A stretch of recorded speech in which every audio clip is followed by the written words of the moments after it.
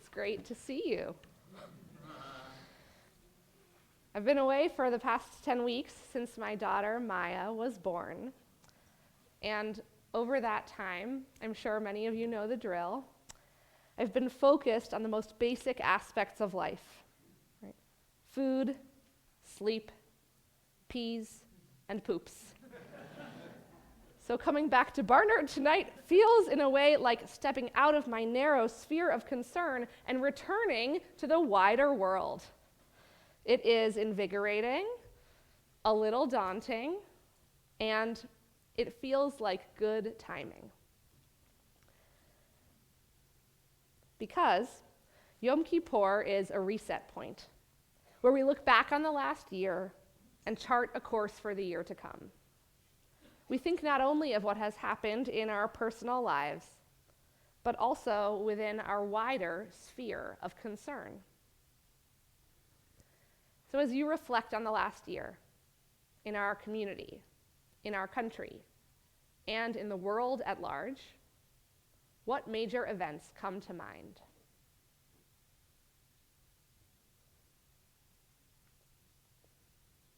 Some of the developments we recall are positive.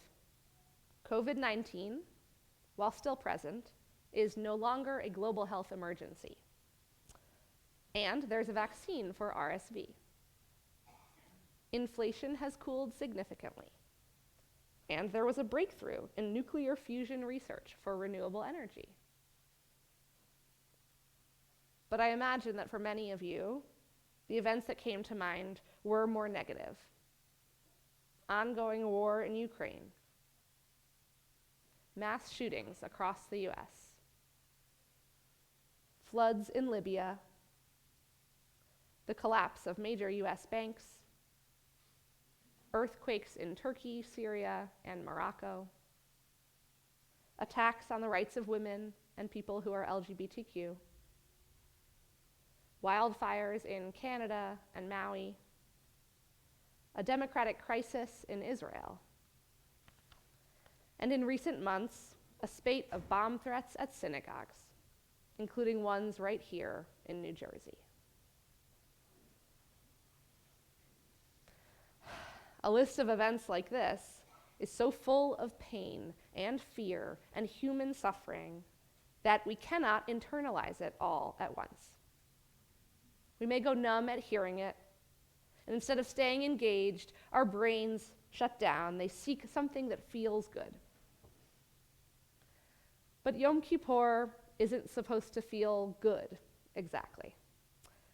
It's supposed to help us confront the truth and to wake up to the role that we have played in it or neglected to play. The Reform Movement's Statement of Principles from 1937 declares, "In Judaism, religion and morality blend into an indissoluble unity. Seeking God means to strive after holiness, righteousness, and goodness. The love of God is incomplete without the love of one's fellow men.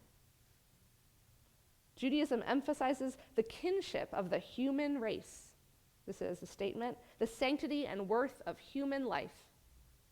Justice to all, irrespective of race, sect, or class, is the inalienable right and the inescapable obligation of all." How much more true is this today, in our interconnected society, our globalized economy, and our shared planet? A problem in one part of the world, we know it's never isolated from what is happening here at home. And with our access to information, our sphere of responsibility, that sphere of concern expands. Today, we are all neighbors. So as we reflect on this state of the world, how are we to respond? Let's take a look at the book of Jonah, which we will read here tomorrow as we do every Yom Kippur in the afternoon service. The book of Jonah suggests that there are three options for how we can respond to a world that feels like it's in crisis after crisis. Option 1, run away from the problem. Go at once to Nineveh, God calls to Jonah. For Nineveh is a city full of wickedness and strife. God is calling Jonah to play a role in their redemption. And how does Jonah respond? He runs away. Literally, he flees to the port at Yaffo and boards a ship with a crew. And the medieval commentator Rashi explains that Jonah thinks God's presence only dwells in the land of Israel.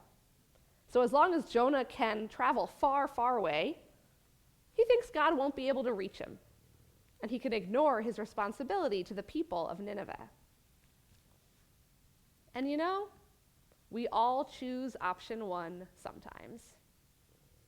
Because we have errands to run, and meetings to attend, and children to drop off or pick up at school. Compartmentalizing between our roles is a necessary part of life. There are also times when it is important to tune out the news and hone in on what is personal. Times of illness and healing, times of birth and death. For myself, I have chosen option 1 over the last 10 weeks. I have retreated from the world in order to be present to the miracle of new life and to rise to the challenges that it presents. And this time has been a blessing. But I know that if I stay in retreat for too long, I will neglect an important dimension of my moral responsibilities. Because sometimes we run away from the problems of the world, not for good reason, but because we don't like the discomfort that they cause, the sadness or anger we might feel, so we harden our hearts and disengage. Or we may not know what we can do about a problem, and we don't try to learn more, so we default to inaction. But what do you think? Was Jonah able to escape God by going to the Mediterranean Sea? Nope. As the ship sets out from Yaffo, God causes a torrential storm. The wind whirs and the rain pelts down. Waves crash hard against the ship, threatening to break it. As the storm rages, Jonah sneaks down into the base of the ship and falls asleep. The ultimate avoidance. Meanwhile, Jonah's shipmates are praying to their gods and throwing supplies overboard to lighten the boat, but Jonah is nowhere to be found. Ultimately, Jonah is not free to desist from responsibility, and neither are we.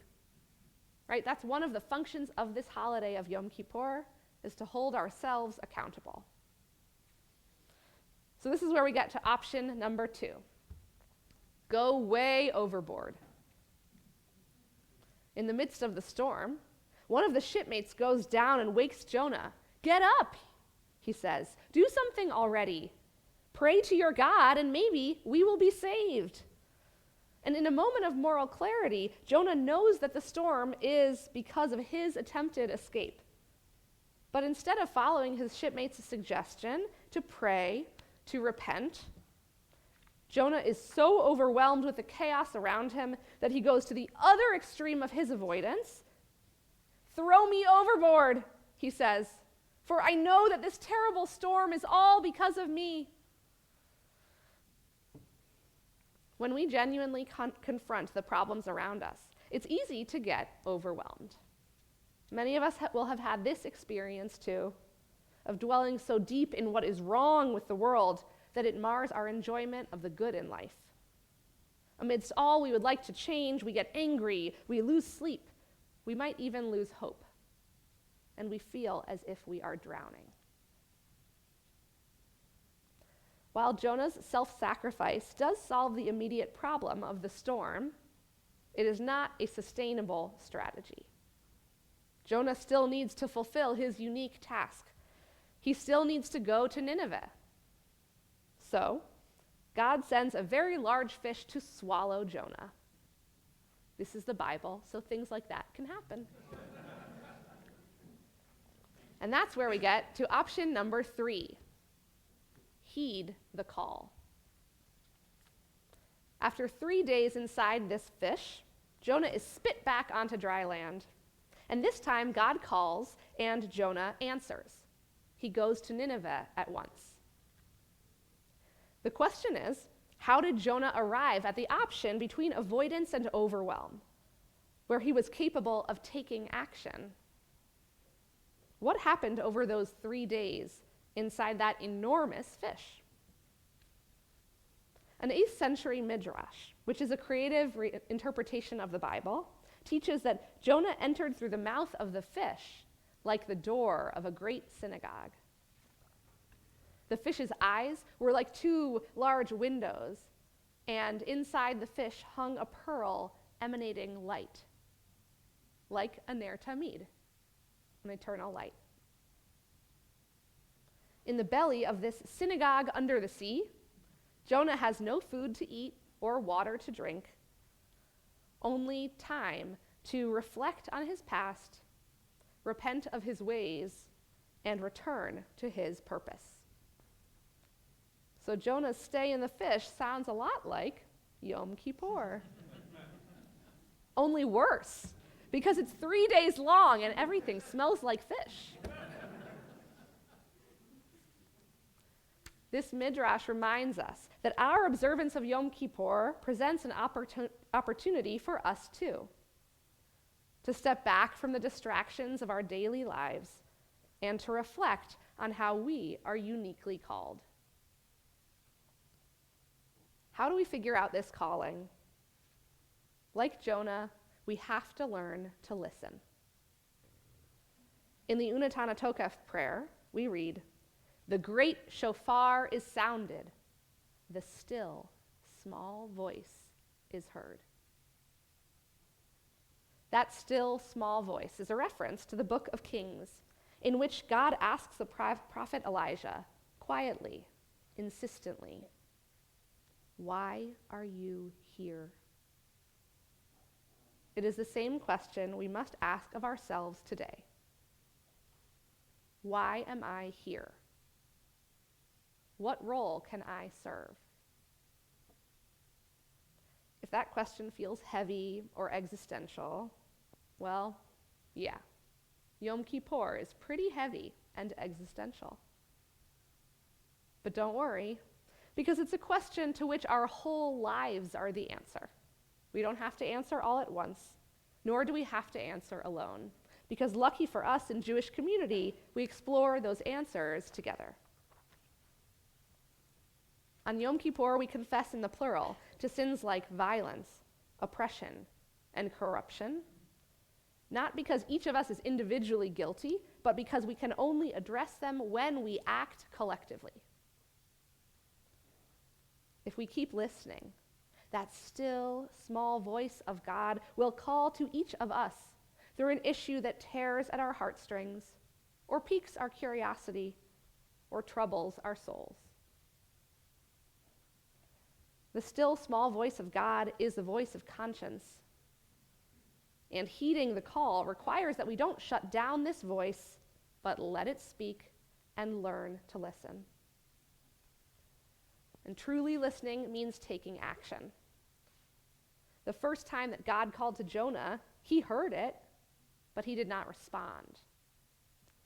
When we do teshuvah at this time of year, we reflect on how we have erred, and we resolve to act differently in the future.